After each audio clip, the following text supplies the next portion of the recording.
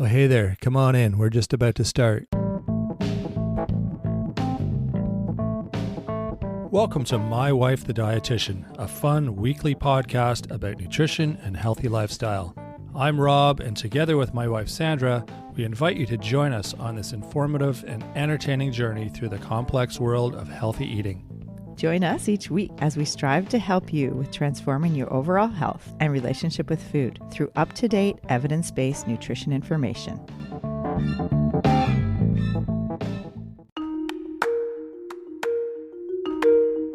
Are you struggling to stay regular? Do you have a sluggish constitution?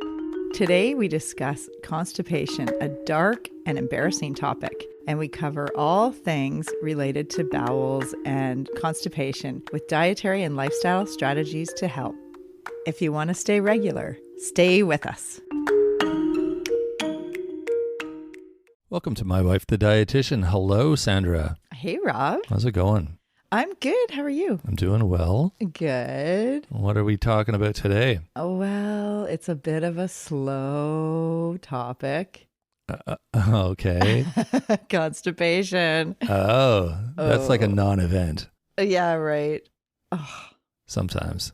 It is a very common issue. The most common chronic bowel condition that we see in our society. Yeah. Fortunately, I don't have that issue typically, which is nice, but I did have surgery recently and I was taking medication and suffered from that for a little while, and it's nasty. I didn't realize it was so uncomfortable, but it's not fun. Yeah, I know. It's something that I have to discuss with clients and patients and residents in long-term care quite often, most days through my work with people. And because research says 2 to 40% of the population are dealing with constipation and 14% are chronically constipated. Wow. Yeah, that's not fun. And it's not something that people easily talk about. Well, that's the thing, right? It's just, I don't know. It's one of those things that, it's not dinner conversation for most people, right? Yeah, but as a dietitian, I pry it out of people. I know you do. And they're just like, oh, really? I got to answer that? I always talk about, how are your bowels? Because that's just part of the assessment. And it gives me a better picture of what's going on with their whole body and their health. Of course. And I'm sure there's some people who give you more detail than you really want. Yeah. Well, we're going to talk today about what it is, how common is it, why so many people struggle to poop, and how people should seek support, the common underlying reasons of chronic constipation or even intermittent constipation, and then, of course, strategies to help with diet and lifestyle. Yeah. That's where people will fast forward to that part. Yeah. What can I do? Hurry. Yeah. Well, but stay tuned to all of the information because it's really interesting just how many people just go to the pharmacy and grab some laxatives or fiber supplements because, I think a lot of people know we don't like the standard American diet. Most people are deficient in fiber. Right. Is that what SAD means? Is that what you mean? SAD? It could be. That's Standard American diet. Yep. Or modern American diet, MAD. Or SAD and MAD. So if you want to feel sad or be mad, then you just eat like the, regular North American diet, which is 73% of our food is ultra processed. Wow. And typically that means there's not enough fiber in that food. Yeah, exactly. So, anyways, that's just a little bit of the background. But what is it? What is what? What is the definition of constipation? It's a good question. It's about having less than 3 bowel movements a week. A week? Yeah. Wow. Yeah, which is quite common. There's people that only have a bowel movement once a week. So yeah, I guess everybody's got a different kind of pattern to their bowels, right? Yeah, exactly. It's also, there's some other definitions too that they're kind of changing, but if you have 2 of the symptoms, then like if you have 2 symptoms for the past 3 to 6 months, then you likely have a diagnosis of constipation. So straining for at least a quarter of your bowel movements. Okay. Having hard and lumpy bowel movements more than a quarter of the time. Feeling incomplete evacuation. That's a great term. 25% of the time or a quarter of the time. Got an incomplete evacuation down here. Need some help. That's right. Feeling like your gut is blocked. Oh, that like kind of that. Yeah, you feel like you got this brick in your Yeah. This is kind of gross. Requiring manual disimpaction. So helping yourself to go about 25% of the time. Can you explain that a bit more? A bit more detail? I think you could probably explain it better than me. I probably could. I don't think anyone wants to hear that though. Use your imagination. And then the last one is having a bowel movement less than 3 times a week. But if that's normal for you and that's how it's always been, it might not necessarily be an issue, especially if when you do go, it's easy to pass, soft stool, and you're not straining. The big thing, the problem with constipation, well, there's lots and we'll talk about that, but a big part is if you're straining, that is really, well, that leads right into getting diverticulosis. Remember we had a whole episode 80 was all about diverticulosis versus diverticulitis. Mm-hmm. And that's the most common cause of diverticulosis is chronic constipation, straining, having to like push because of that pressure is really not good for the bowel. Oh, for sure. Or for your stitches. No, that's right. As yeah. My case. Well, and people that have had a C-section, like pregnancy is a time when women who aren't typically having problems with bowels, they might start to encounter constipation through pregnancy and after the baby comes, just because hormonally things change and there's a lot of lifestyle changes, and it is just a common condition for women that are pregnant. But it's also, there's lots of other people in our society. I mean, from birth to elderly, people can become constipated for various reasons. Exactly. Do you know some of the reasons? Some of the underlying reasons? You can ask me if I know some people. Do you know some people that have constipation? like we said, we don't really talk about that kind of thing. It's not like the coffee time discussion. I know. And that's a good point, because I think if you've tuned into this and you know somebody in your family or yourself that, have intermittent constipation or have problems with bowel movements for whatever reason, it's something to take more seriously, because I think it's so common that people are like, whatever, I'll just go get some fiber supplements like Metamucil or whatever, or psyllium, or I'll just start taking a stool softener because that will help. Yeah, those do help, but it's good to identify the underlying reason. True. Yeah. I never thought it was a big deal either. I just thought it's just, today's not a good day. It'll get better, or I'll take some, over the counter thing and help things out. Right. Yeah. And a good poop would be like an S-shaped kind of, sorry, I don't want to get too graphic here. We should have had a warning. We should have a warning. We're going to get graphic. Yeah.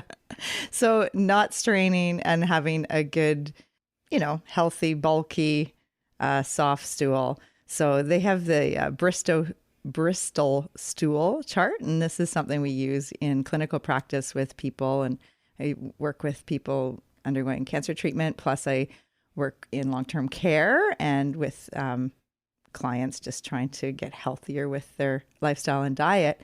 And especially with the clinical population, we do look at the Bristol stool chart. So it's like a scale and it shows like it's got the diagrams of different poops. So whose job is that? It's like one day your boss comes up to you and it's like, okay, today we got this special project for you. We need you to draw this chart with all these like different shapes of poo on it. I know, it is such it's a funny topic. It's not funny, but it's something we all do. And for years I helped educate men undergoing prostate cancer treatment, and fiber was a big part of the issue while they were undergoing treatment because it's pelvic radiation and their area gets inflamed. And so we have to adjust fiber.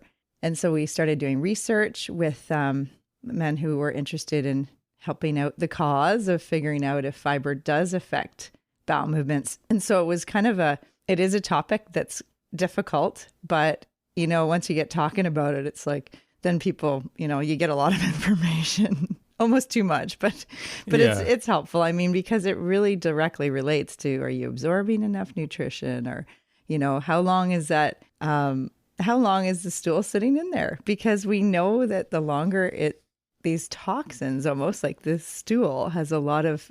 It's all the garbage you're trying to get rid of, right? So it's just like in your garage, the longer you leave your garbage in the garbage can, the smellier and more rotten it gets. So I'm sure it's the same in our body, right? Well, yeah, exactly. That's a really exactly good. If you miss garbage day, it's like, oh man, this is going to sit around for another week now, and it's going to be just nasty.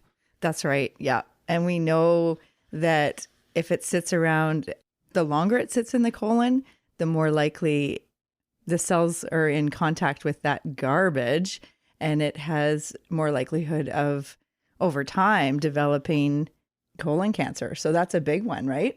Oh, true. So it only makes sense that anything that decreases the contact time of food chemicals with colon cells, or helps with bile acids. And that's the other thing. We did talk about the importance of having a healthy gallbladder and how fiber affects the health of your bile, and you want good, healthy bile quality.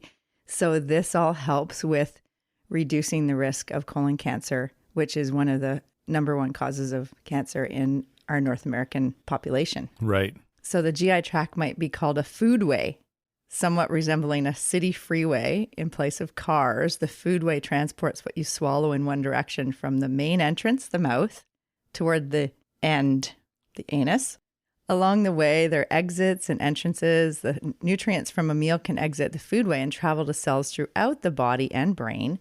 Additionally, digestive enzymes, hormones, bile acids, and other chemicals produced by body cells can enter the foodway. So over the years, good and bad elements interface with the colon cells.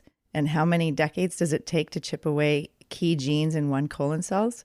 Each eating episode becomes part of the lifelong struggle against mutation fought by each and every cell lining the colon and rectum.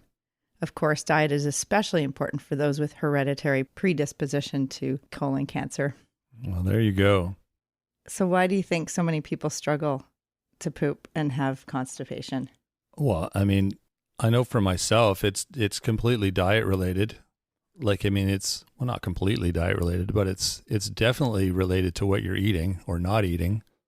That's one reason, a big reason, I'm sure. Yeah, well, 70% of our North American diet is ultra processed. And I guess medication too. We'll get into that. I'm sure that's a big one as well. Like I noticed, like I said, with my surgery, the medication was just like, whoa, instant blockage.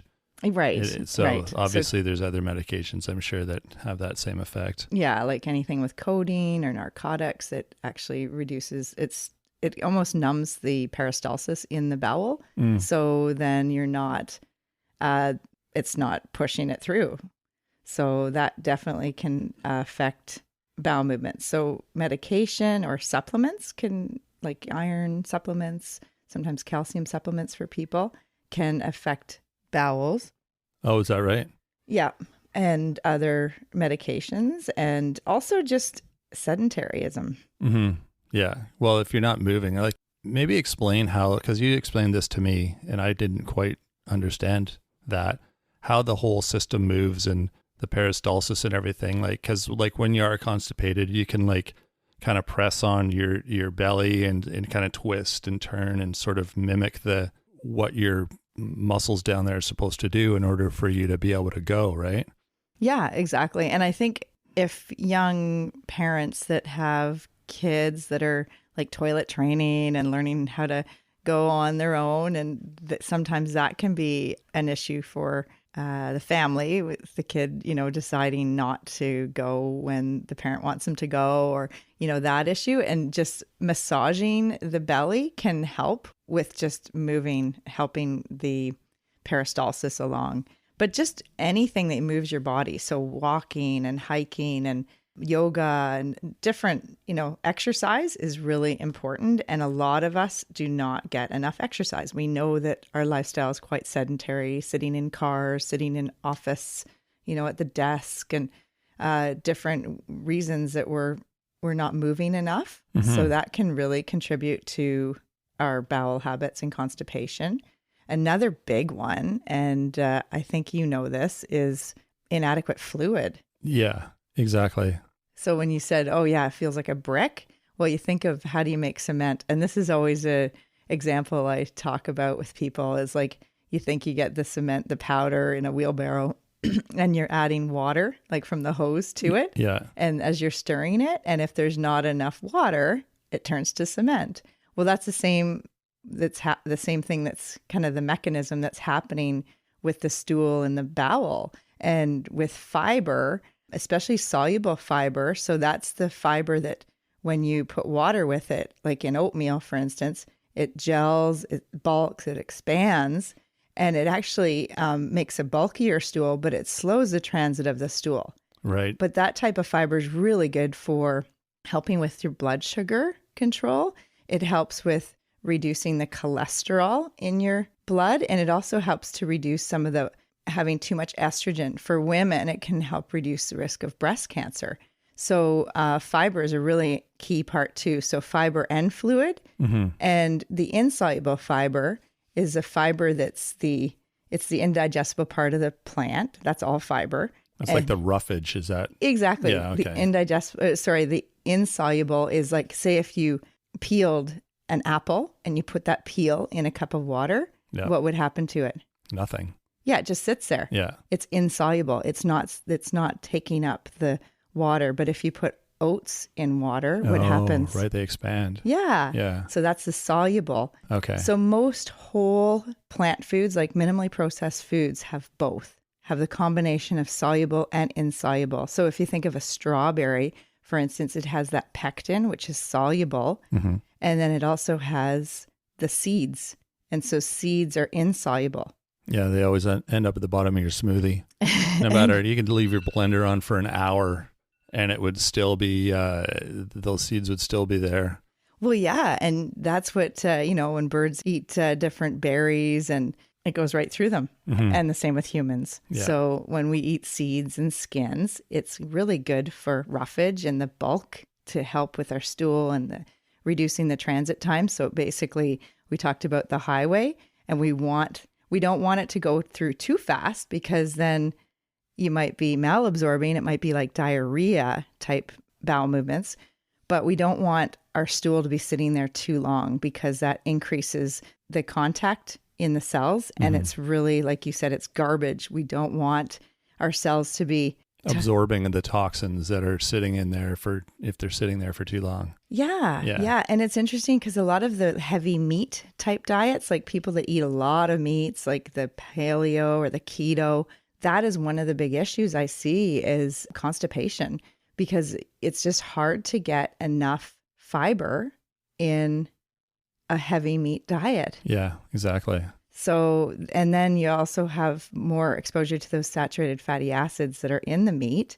So those solid fats, and then that's not great either for your risk of colon cancer and other cancers too. So, and heart disease, not to mention heart disease and diabetes risk. So a lot of the diets that are like low carb or no carb and high protein, there are some faults with that. And that's the biggest one I see typically in my practice is the lack of fiber. Yeah, it sounds pretty common. Yeah. So some of the other reasons that people might get kind of intermittent constipation might be they might be traveling. It might be a change in their routine. That's a big thing. So, if you're going at different times during the day, or you get off your normal routine, that could totally affect your bowel movements. And even like a lot of people don't like to be out or be in another place and have to have a bowel movement in an unfamiliar bathroom. Totally. And then that can, if you hold it in too long, then that can it's a vicious cycle. There's some funny movie scenes with that theme. I'm just thinking of a few. Yeah, it's totally like the girls at the guy's apartment and, Oh, yeah. Yeah. That's right. So with elderly people, also a lot of times it's lack of adequate exercise or moving, and a lot of times medication. That's a huge reason that people get constipated. Mm-hmm. Yeah. And with our episode about diverticulosis in episode 80, we talked all about as the colon ages and how it just becomes less elastic. It doesn't have the same flexibility. Yeah, it's just, and that's going to affect when you strain and push and the pressure, then you can have these little outpouches, which are the diverticula. So that is a really common issue as people age. And if you aren't getting enough fiber in the diet or fluids, that all can be a part of that. Yeah, sounds about right. Now, the other thing, and I just need to make a point of this, there is something called overflow diarrhea. Yes. So someone might be constipated, but they are presenting with loose, frequent, watery stool or just loose stool because there's a impaction, like that brick we talked about, and the stool is going over that. So it's called overflow diarrhea. So it's like a blockage up inside, but there's still enough room for like loose, watery stool to get through. Yeah. So you'd feel kind of nasty, but you don't think you're constipated because you're still able to go. But well, and that's the thing too, right? And so you probably think, oh, I need to eat. I've got like diarrhea. I need to eat foods that are gonna like be more solid. Well, and a lot of times you don't feel like eating, and that's what I see in a clinical setting where people have low appetite or they have bowel changes. And that could be part of it. So that's why it's really important to seek support. And it's really important to talk to your healthcare professional about what's going on because it might be something a little bit more serious. Mm-hmm. And there is this 3-day rule with your bowels. So the large intestine has 3 sections, the ascending, the transverse, and descending colon.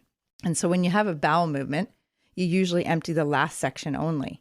So by the next day, that fills up again. So then you're having a bowel movement and you're just clearing out one section. Right. So if you take a strong laxative, as anyone who has had a colonoscopy and had that bowel prep, which people always say, oh my God, it's the worst thing ever. It's worse than the colonoscopy because you got to clean out the bowel.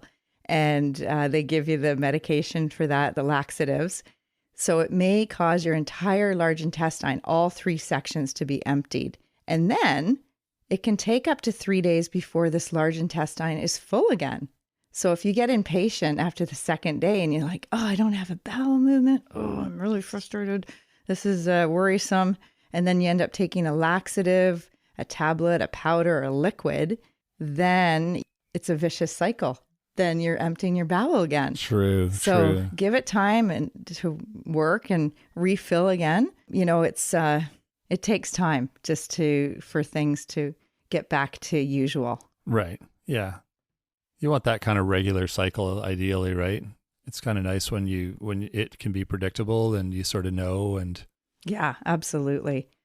Yeah. So if you are pretty sure that this is an issue for you and maybe you're used to taking like a fiber supplement to just help with the bowel movements, we have some strategies to help. You have some strategies. This is all brand new to me. So this isn't brand new. I'm listening. Well, maybe I can add to it too. I know it works for me. So we'll see if that's on the list. You're funny. Okay. So fluid, making sure that you're getting enough fluid, that is really a common cause of constipation for many different people in the population. So a lot of people aren't drinking enough fluid. So water is always the best fluid. Mm-hmm. And start from wherever you're at. So if you're not a water drinker, start drinking water. Start adding like a cup a day and try to get up to the 8 to 10 cups a day over the 24-hour period. And definitely exercise. And definitely we need fiber. So if you are not used to having a lot of fiber, say you are like the average North American, 16 grams of fiber a day, And really, we want, if you're a woman, to get 25 grams a day, or if you're a man, 30 to 35 grams a day. Okay. So to do that, it would be like start slow and add one higher fiber food a day. So you want to do this gradually. If you went from having, a low fiber diet, say 10 grams a day, all of a sudden to 30 grams a day, what do you think is going to happen? You're going to have a brick in your stomach. Maybe. Oh, I don't know. You're going to be pooping a lot. Something bad's going to happen. Probably, yeah, bloating, gas. You're going to have tons of gas, tons of discomfort, maybe pain with that discomfort.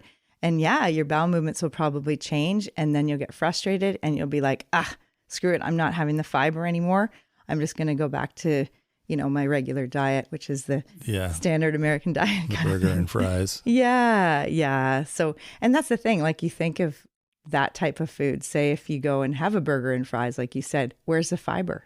Mm-hmm. Yeah, there isn't any. And that maybe like that little limp piece of lettuce that's on your burger.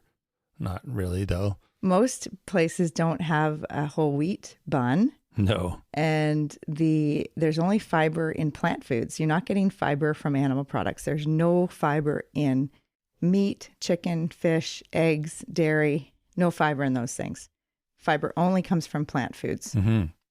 So what about hot beverages? Because that's kind of my trick every morning is my cup of coffee. It's this like, I can't even finish it before I'm literally running. Thanks. Okay. We don't need to know that. Well, I'm just saying is it because it's hot or is it because it's the caffeine or like something about the coffee?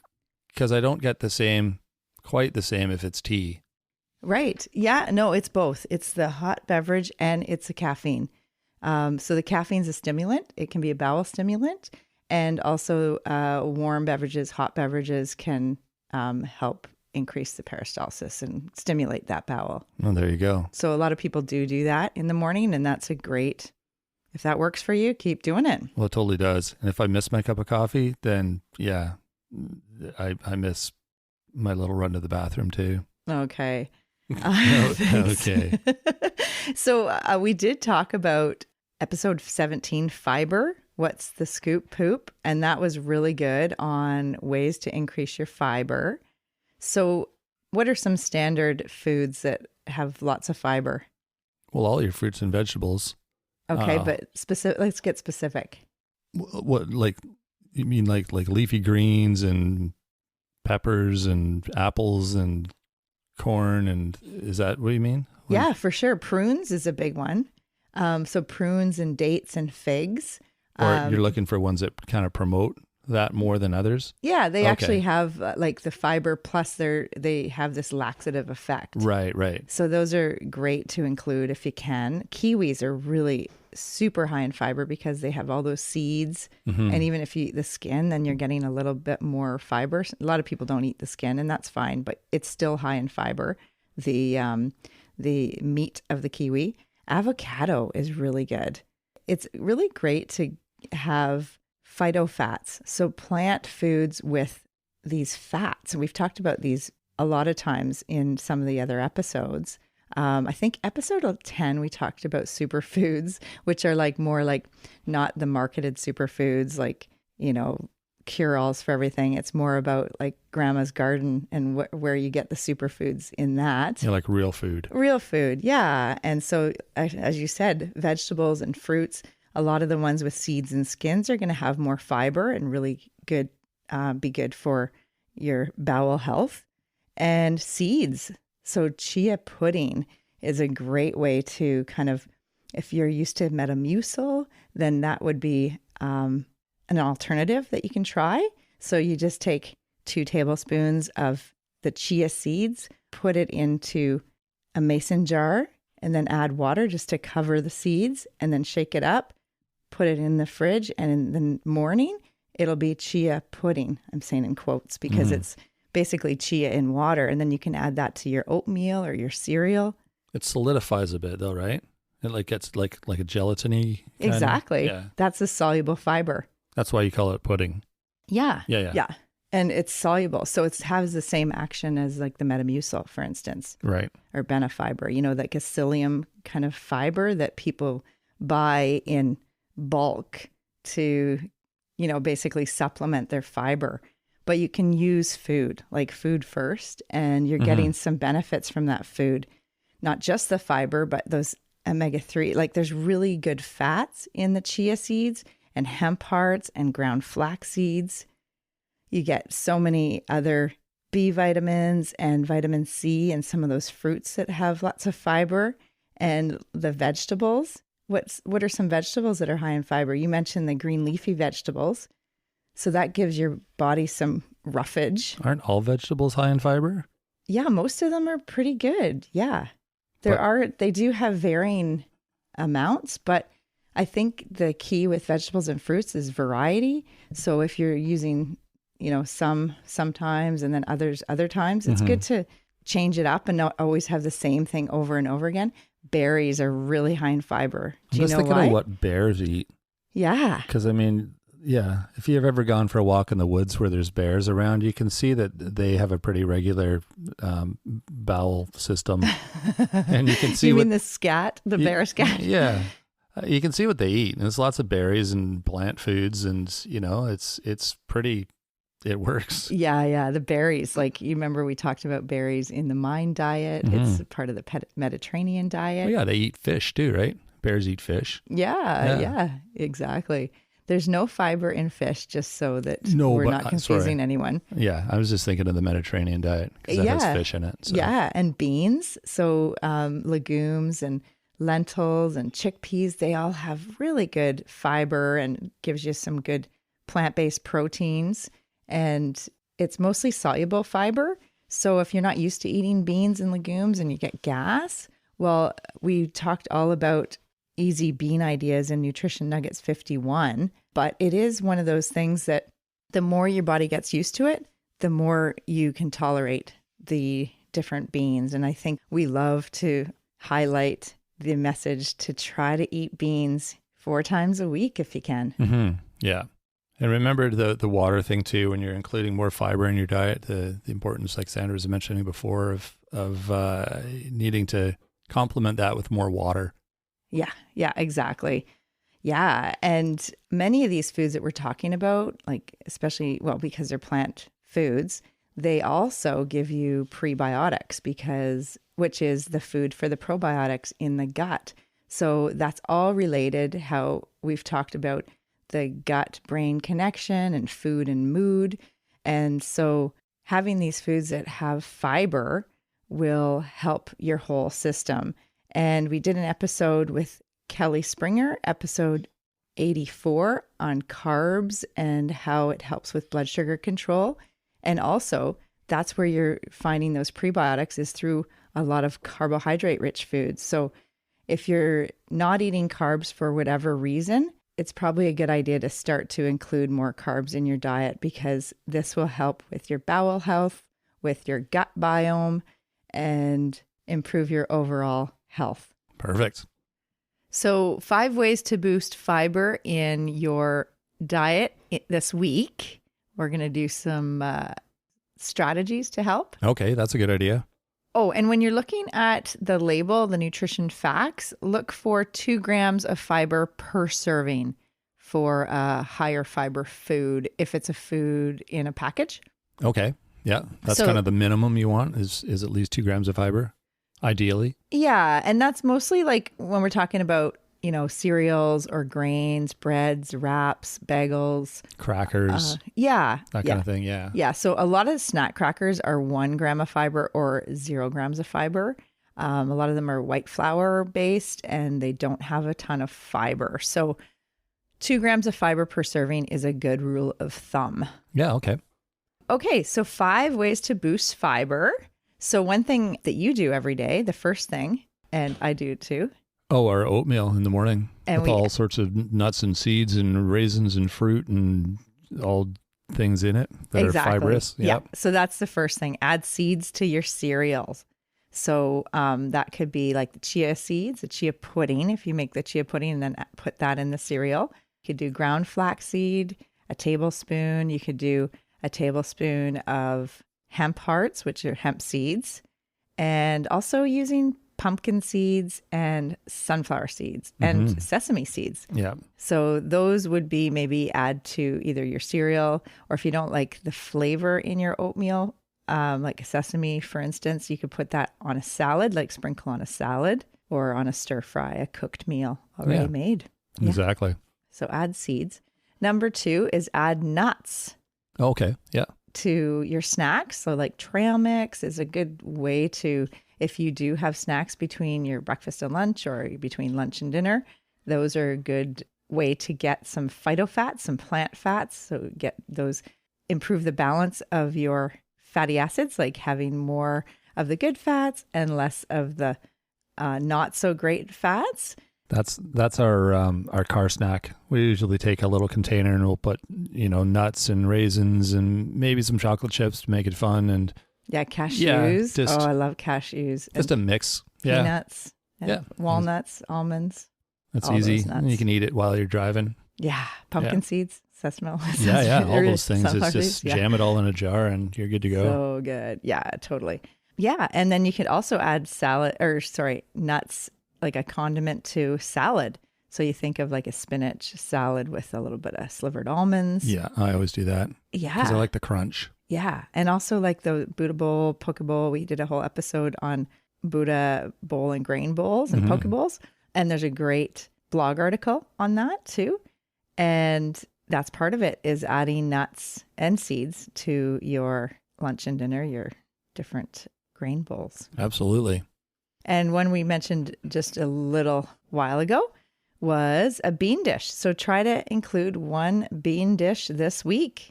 Yeah, and it can be like, I've been making a lot of hummus lately, and that's beans. Yeah. I mean, it's fun. It's a dip, but it's made with beans. So, Chickpeas. it's not like just having a big plate full of black beans or something, which might not be as appealing, but you can use it to make other things and spreads and dips and that sort of thing. So check out what you're able to do with beans. There's all sorts of things.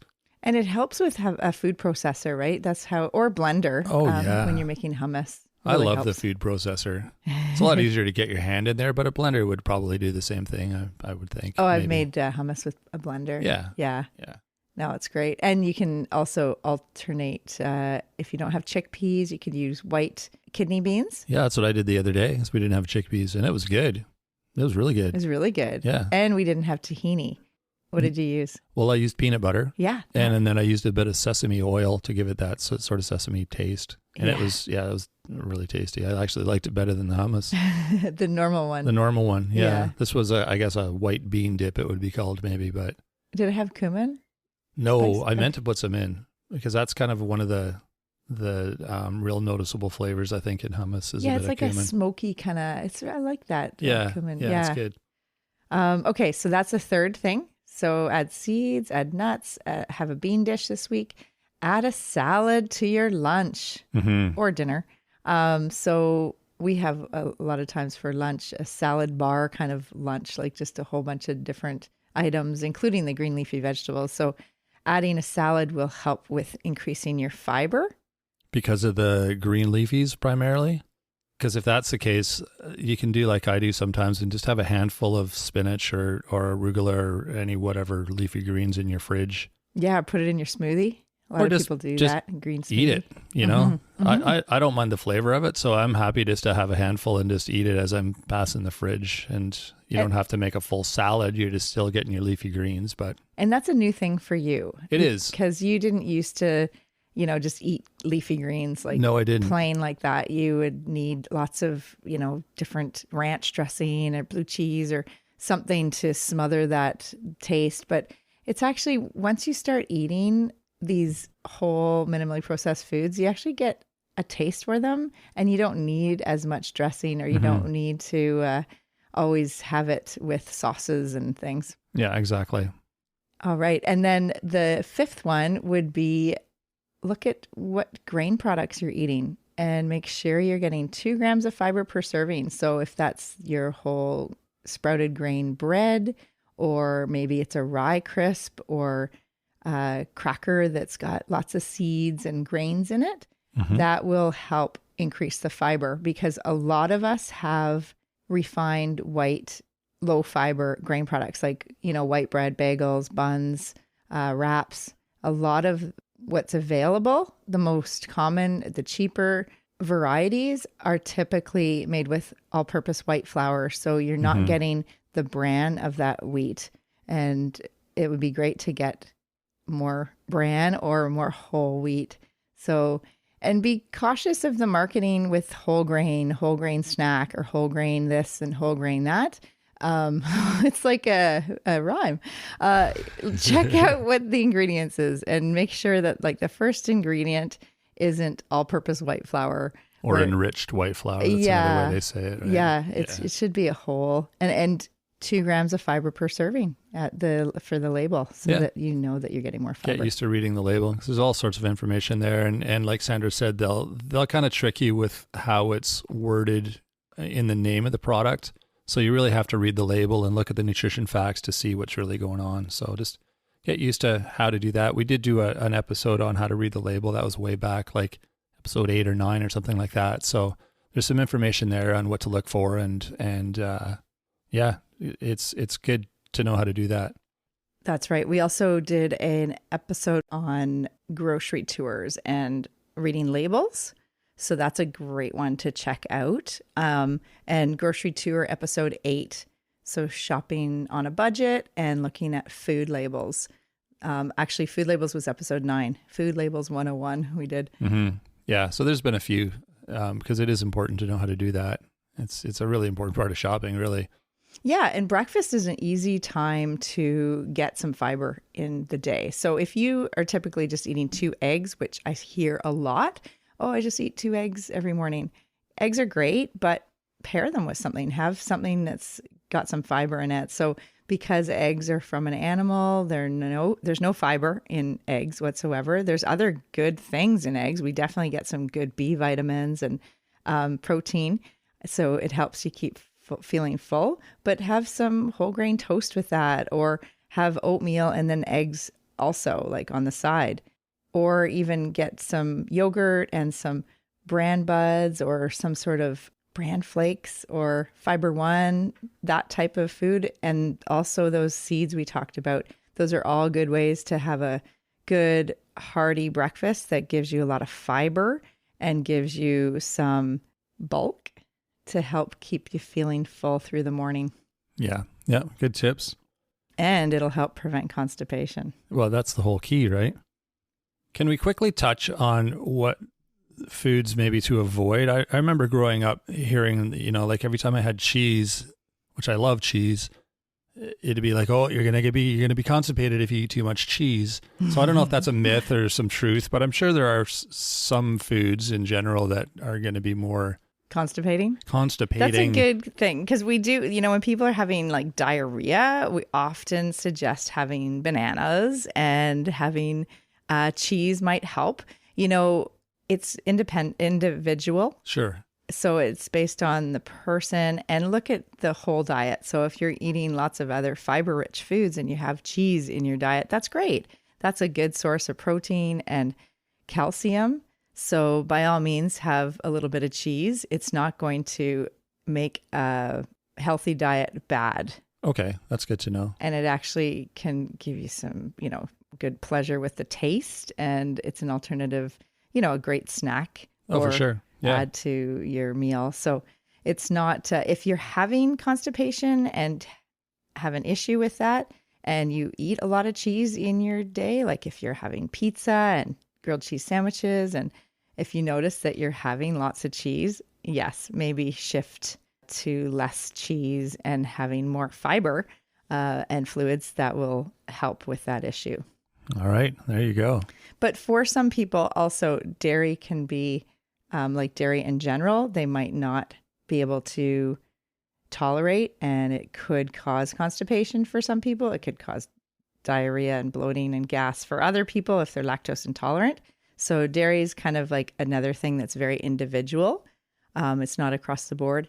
And something I see often are people on gluten-free diets. Sometimes people with celiac disease, they need to have gluten-free. And so we're always actively looking for ways to include fiber without using wheat products, obviously. But typically I do see people on a strict gluten-free diet tend to get more constipated. Like rice products, a lot of times do not have a lot of fiber.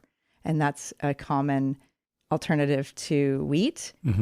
So yeah, find pastas that are made with beans, like remember the smart pasta that they're made with chickpeas or lentils or black beans. We've had those a lot. They're actually really good. They're loaded with protein too, and fiber and edamame gluten-free. beans. Yeah. Remember the one? Yeah, there's like edamame, chickpea, black beans. Those are awesome. So definitely look for those ideas. And yeah, there's lots of strategies to help if you are feeling like you're having issues with your bowels and more sluggish and constipated. You could probably do some tweaks in your diet to improve how often you go and the consistency of your stool. Perfect. There we go. All right. Well, I'm glad we touched on that because I'm sure, like we said, it's an awkward conversation. It's not something people enjoy talking about, but something we all do, and it's good to know how to do it more efficiently, I guess is the way to say it. Regularly and You're efficiently. Really straining with those words. I sure am. I know. I'm just joking. Awesome. All right, let's wrap this up. We've been sitting here too long. I know, right? Man.